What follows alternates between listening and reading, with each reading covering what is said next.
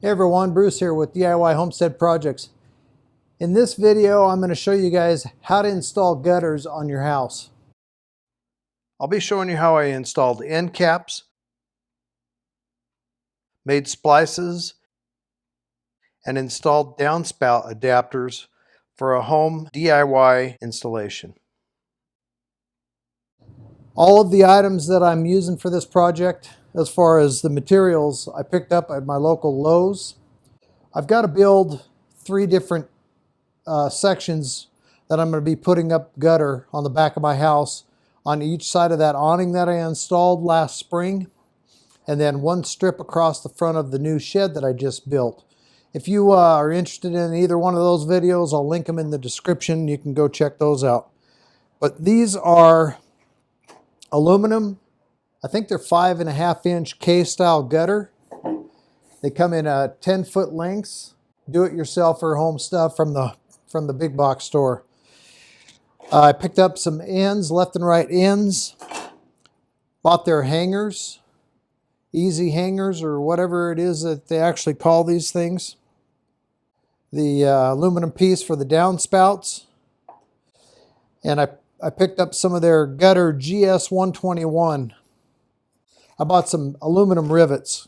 You can either use screws or you can use rivets. I'm going to use the rivets. First thing I'm going to do is put on an end cap, and then I'm going to do a splice. I did not buy the splice kit.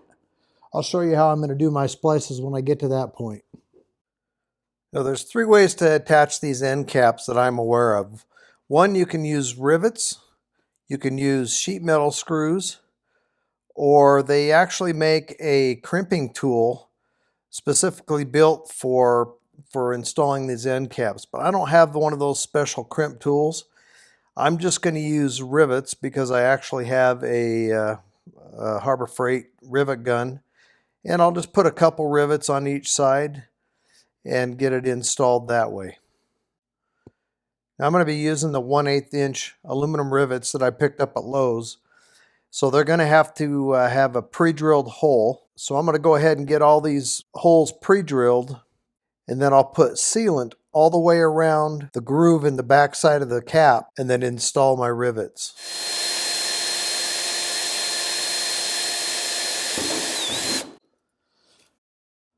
I'm just going to fill this crack with sealant.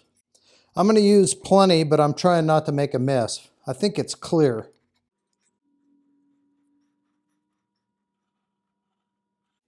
I'll be good at it by the time I get to the last one. See, I just have a coat of clear sealant in that space there, and then I'm going to squeeze it on and put those rivets in. At least that's the idea.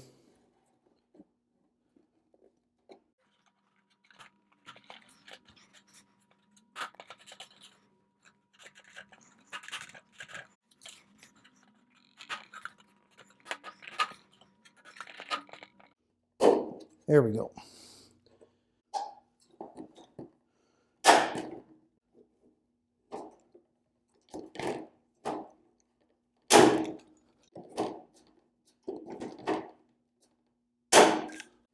Well, then there we have one end cap on. Then I'm going to come down inside and put a bead all the way around that seam and smooth it with my finger just a little bit. And that'll complete the first end cap.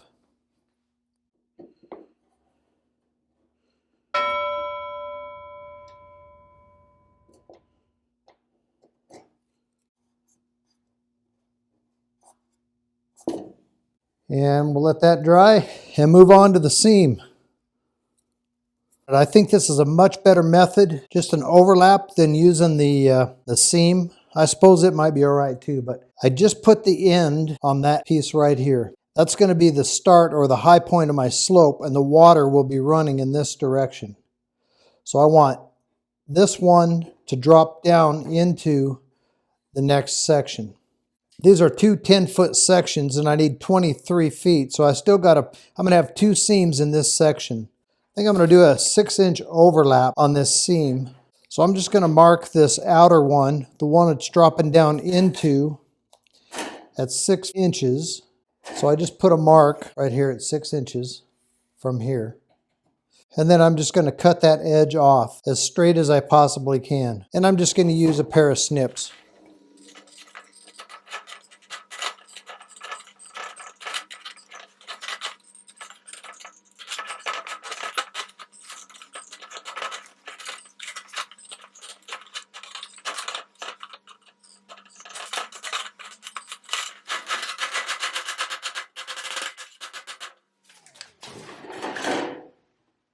Got that cut off of there. So now when I fit these two together, the upstream one down into the other one, then these two will come together. So I'm going to pre-drill, and then I'm going to put two heavy beads of the sealer, one up real close to this seam, and then one close to the end, just so it doesn't squeeze out the bottom and make a mess.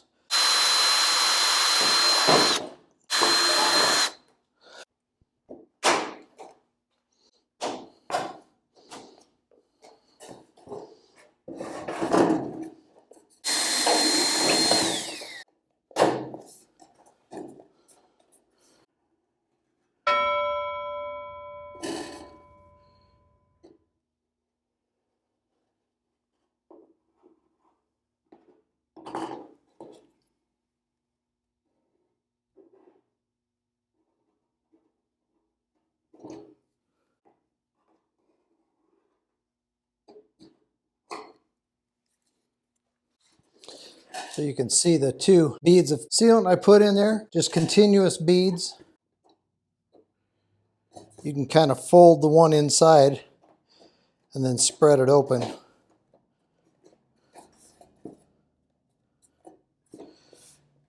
And I'm hoping that'll give me a pretty good seal.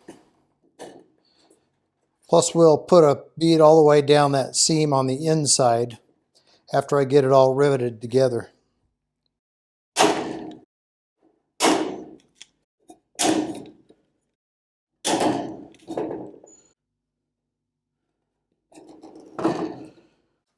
And we'll just let that sit relatively flat while it dries or cures.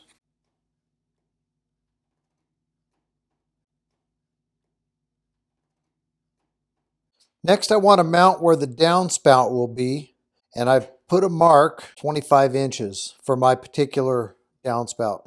So I'm going to set my downspout connector right on that mark, and then just take a magic marker and trace around that hole. Then I'm going to drill a hole in here and take my shears and cut that hole out. You want to make it as nice as you can, but it doesn't have to be perfect because the downspout will cover up the hole.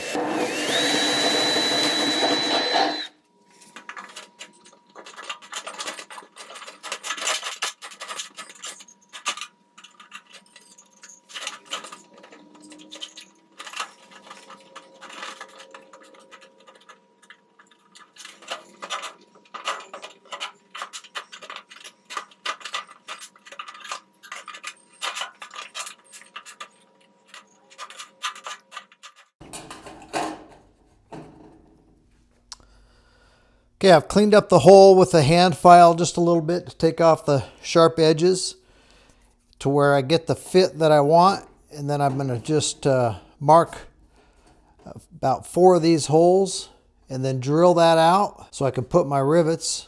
And then I'll put some sealant around this flange, drop that in and put my 4 rivets in.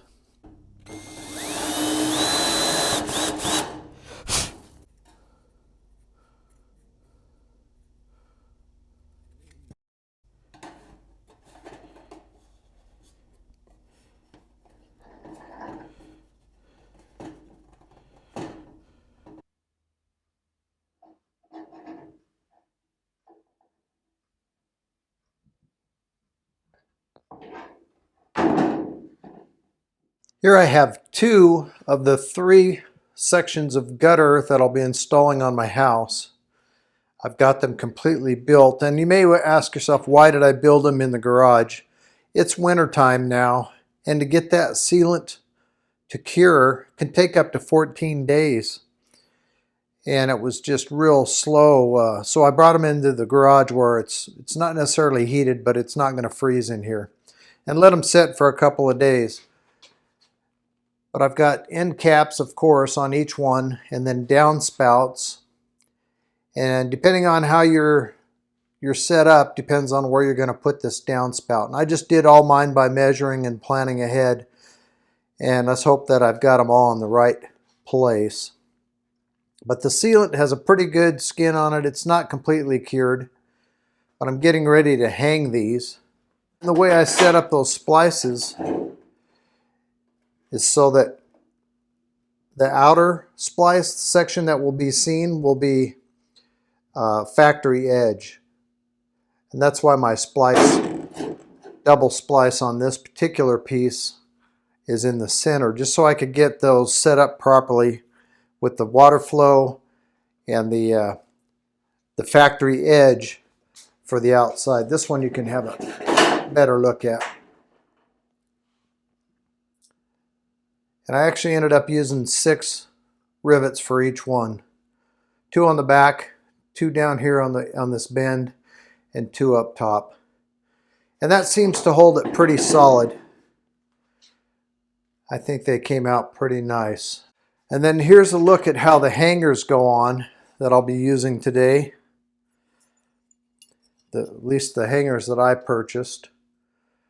Hooks underneath this outer lip and then fits down over, so the screw goes right through into hopefully into the joist.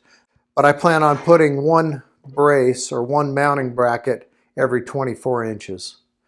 So we'll go ahead and we'll go into a little time lapse of me putting this up, and get my wife to help me with this first piece. It's a 23-foot piece, and then this one's a 13-foot, and I still have to make about a 16 or 17-foot.